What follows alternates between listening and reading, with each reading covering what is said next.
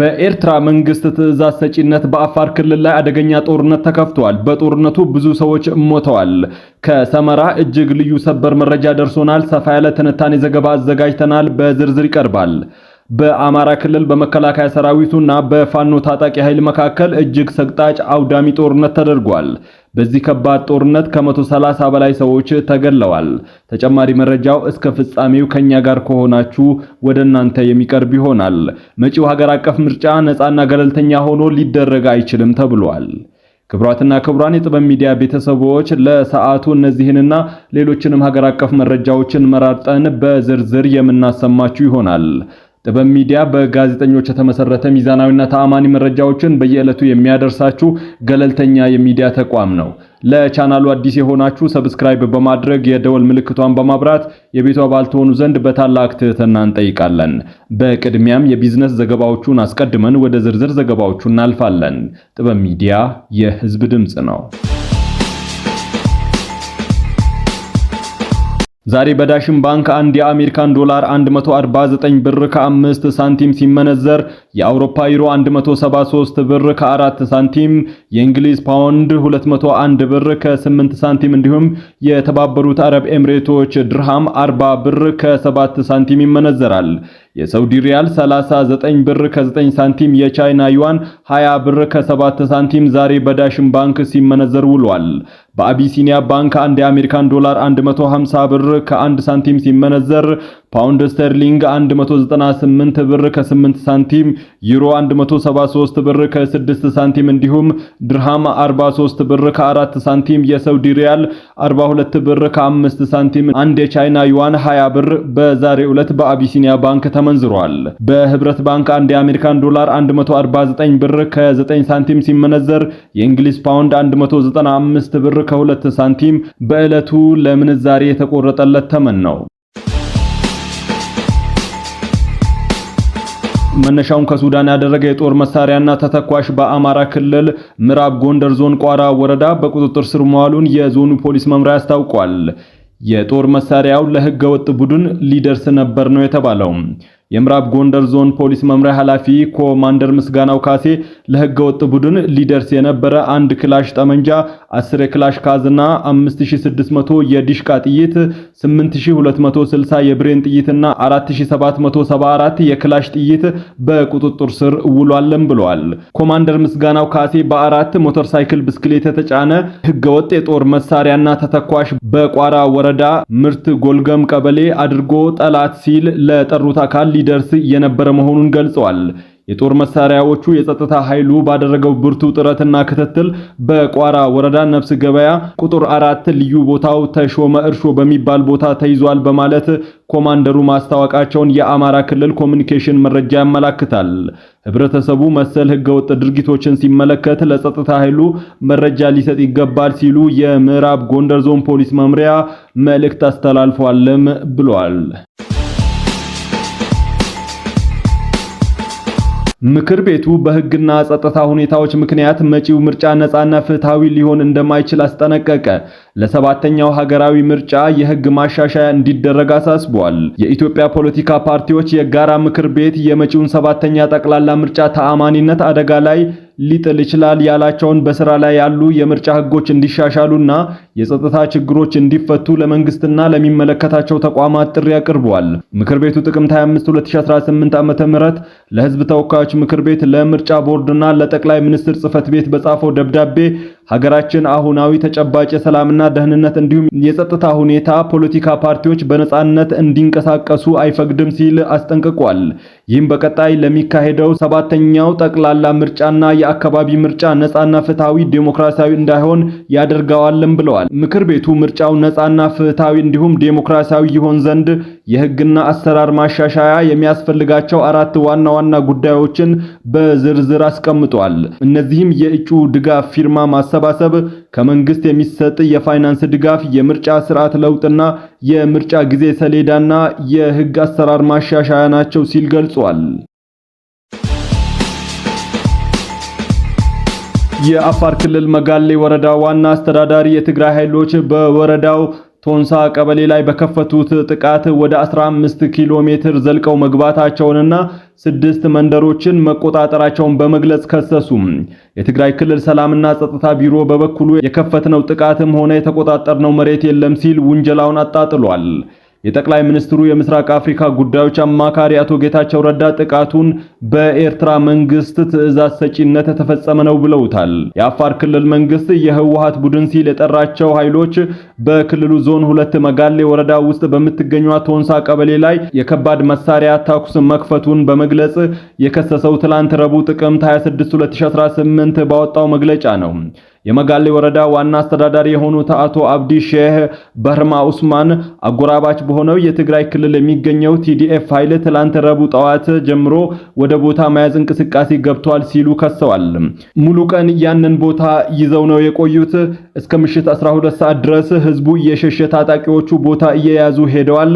ከዚያ ሁሉንም ቦታ ከተቆጣጠሩ በኋላ ምሽት 12 ሰዓት ላይ ከባድ መሳሪያ ወደ ህዝቡ ተኩሷል ሲል በክልሉ መንግስት የቀረበውን ውንጀላ አጠናክረዋል።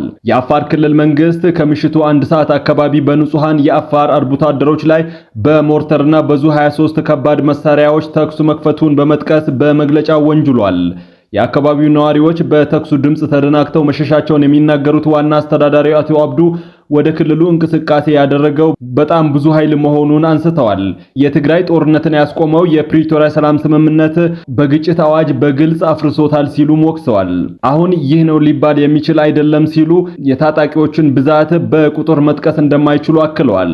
መጋሌ ወረዳ ከትግራይ ክልል በ4 ወረዳ እንደሚያዋስናት የሚናገሩት አቶ አብዱ በዚህ ግንባር ሁሉም ኃይል ገብቷልም ብለዋል። ታጣቂ ኃይሉ 6 እና ከዚያ በላይ የሆኑ መንደሮችን ይዟል።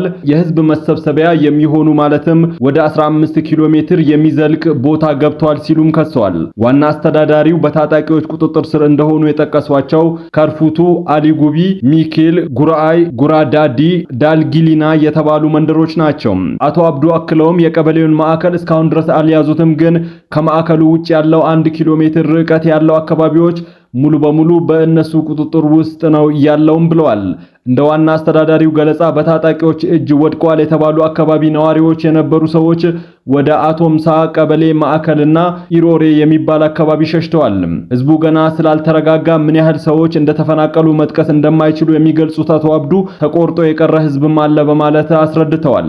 የወረዳው ዋና አስተዳዳሪ በአሁኑ ሰዓት የተኩስ ድምጽ እንደሌለ ቢገልጹም ታጣቂ ቡድኑ ወደፊት እየገፋ በመሆኑ በድጋሚ ተኩስ ይነሳል የሚል ስጋት መኖሩን አስረድተዋል። የአፋር ክልል መንግስት በትላንትናው መግለጫው የህወሓት ቡድን ከድርጊቱ በአስቸኳይ ካልተቆጠበ የዜጎችን ደህንነትና የወሰን ክብር የማስጠበቅ እንዲሁም ራስን ከማንኛውም የውጭ ጥቃት የመከላከል ኃላፊነቱን እንደሚወጣ አስጠንቅቀዋል። ዋና አስተዳዳሪው አቶ አብዱ የአካባቢው ሚሊሻና ህዝብ ካልሆነ በስተቀር እስካሁን ድረስ ታጣቂዎች ከተቆጣጠሯቸው አካባቢዎች የሄደ የፌዴራልም ይሁን የክልል ኃይል የለም።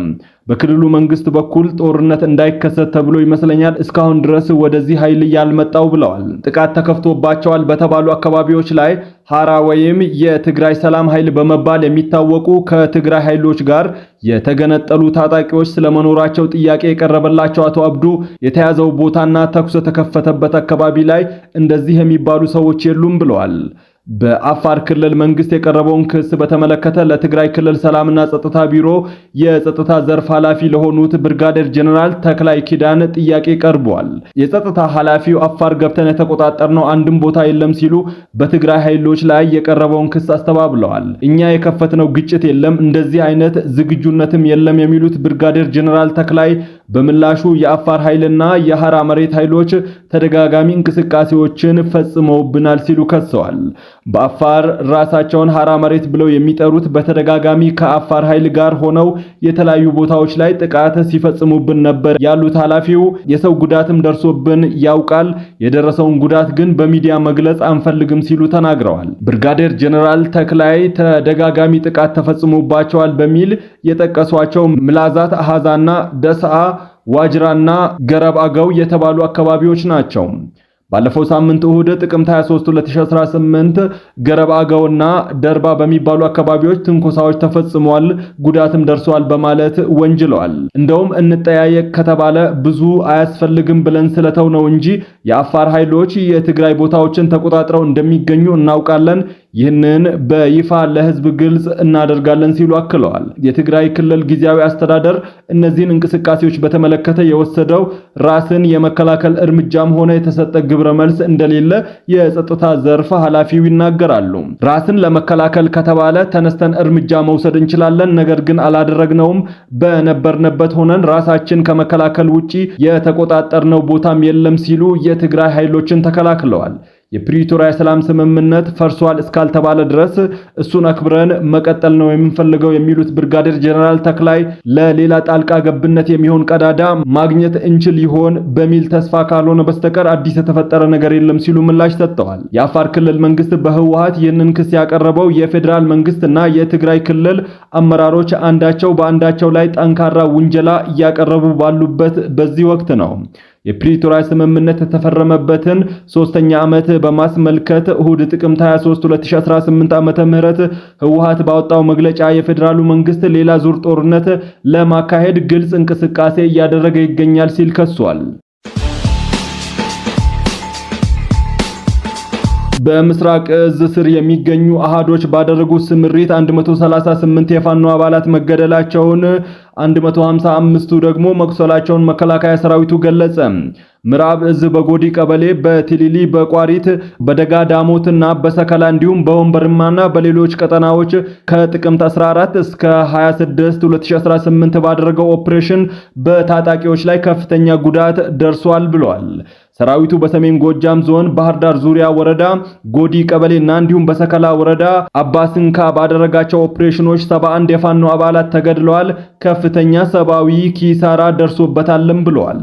በምዕራብ ጎጃም ዞን ደጋዳሞት፣ ቋሪትና ወይብኝ ቀበሌና በሌሎች ቦታዎች 19 ታጣቂዎች ሲደመሰሱ 13ቱ ቆስለዋል ያለው ሰራዊቱ በዋድ በነበረው ስምሪትም 4 ታጣቂዎች መገደላቸውን አስታውቀዋል። በአዊ ብሔረሰብ አስተዳደር ዞን የክልሉ የጸጥታ ኃይልና የሰራዊቱ እዝ በትሊሊ 15 ታጣቂዎችን ሲገድል 20 የታጣቂውን አባላት ማቁሰሉን ገልጿል። በምዕራብ ጎጃም ዞን ማንኩሳና ዛባ በተደረገ የጸረ ሽምቅ እንቅስቃሴ 3 ታጣቂዎችን በመግደል 7ቱን አቁስለናልም ብለዋል። በሽንዲ ዋግዲድ 10 ታጣቂዎችን በመግደል 15ቱ መቁሰሉን የገለጸው ሰራዊቱ በሰከላ አፈርዋሽ ደምስ ወይም መኮንን አለማየሁ የተባለ የሻለቃ አዛዥን ጨምሮ 6 የፋኖ አባላት መገደላቸውን አስታውቀዋል። ጥምር ጦሩ በወንበርማ ባደረገው የተጠና ቅንጅታዊ ኦፕሬሽን 10 ታጣቂዎች መግደላቸውን የገለጸው ሰራዊቱ በሪሁን አዳነ የተባለ የነበልባል ሻለቃ ዘመቻ መሪና አበባ አያሌው የሚባል የጉልም ቀበሌ የንስር ሻለቃ መሪ